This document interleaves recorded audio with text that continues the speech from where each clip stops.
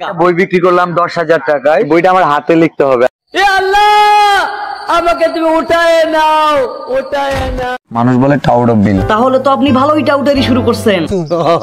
উমর নামের একটা ছেলে কন্টেন্ট ক্রিয়েটর, সরসব বিলাল অনেকের আব্বা কন্টেন্ট ক্রিয়েশন জগৎ। তার শ্বশুর আব্বা উমরের একটা পিকআপ লোটে আপনার কানে অ্যাম্বুলেন্সের সাউন্ড বাজে কেন? মানে আরে আপু কানের কানা।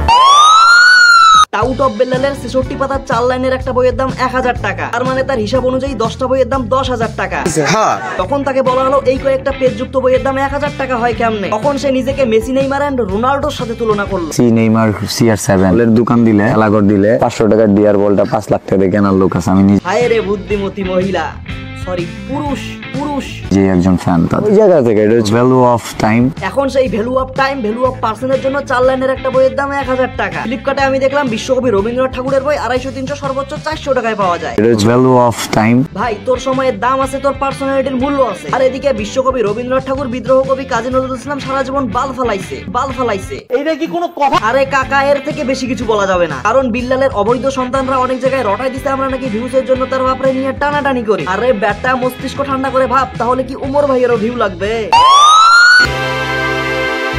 হে বাঙালি, ভালো তো? সো হে গাইস, আমি শাহজাহান, আপনারা দেখছেন সিকে ব্রান্ড। আমার নাম আমি শুনেছি। আজকে আমরা পরিচয় হব বাংলাদেশের একজন বিখ্যাত কবির সাথে, যার লেখা 4 লাইনের কবিতা পড়ে সমাজের মানুষ থেকে টাউটার উপাধিতে ঘোষিত করেছে। একটা লাইনের একটা বই, একটা পাতার মধ্যে লাইন আছে 4টা। এই যে এই বইটার দাম 1000 টাকা হয় কেন? বিশ্বকবি রবীন্দ্রনাথ ঠাকুর, বিদ্রোহ কবি কাজী নজরুল ইসলাম সহ সকল কবি সাহিত্যিককে হারিয়ে 66 পাতার 4 লাইনের একটা বই 1000 টাকায় বিক্রি করে বালের অস্কার পাইছে।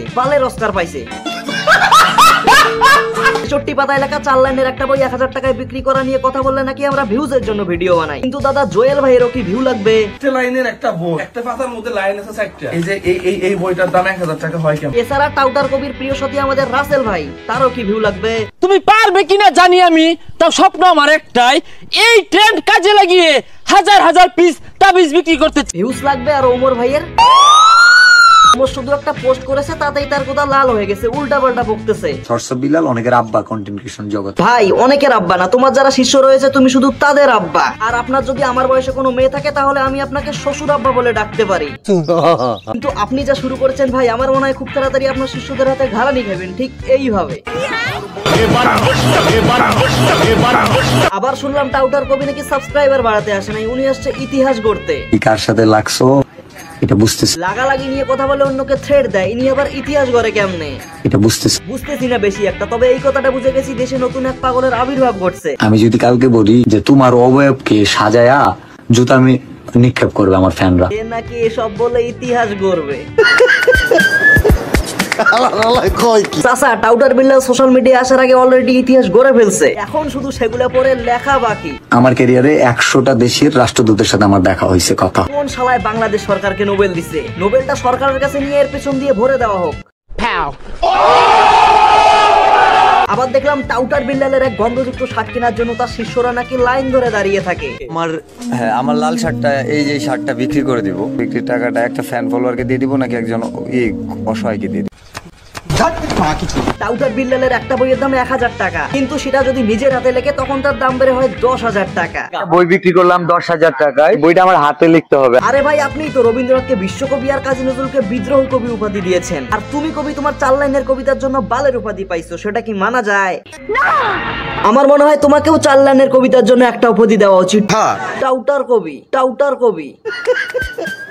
আর হচ্ছে কবি মানুষের ওই ইনকামের যে শখটা দেখাইতেছে। এখন মনিটাইজেশন ছাড়া তোমার আব্বু কি দেখাইতেছে? মনিটাইজেশন ছাড়া তোমার আব্বা দেখাইতেছে $4,203, 5 লাখ। 5 লাখের গল্প শুনিয়ে পোলাপানের মতো নষ্ট করার অপরাধে রাস্তাঘাটে তোমাকে পালানি দিবে, কেলানি দিবে।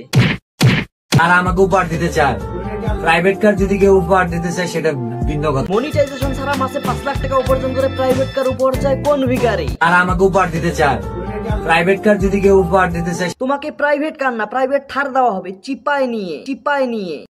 মিউজিক।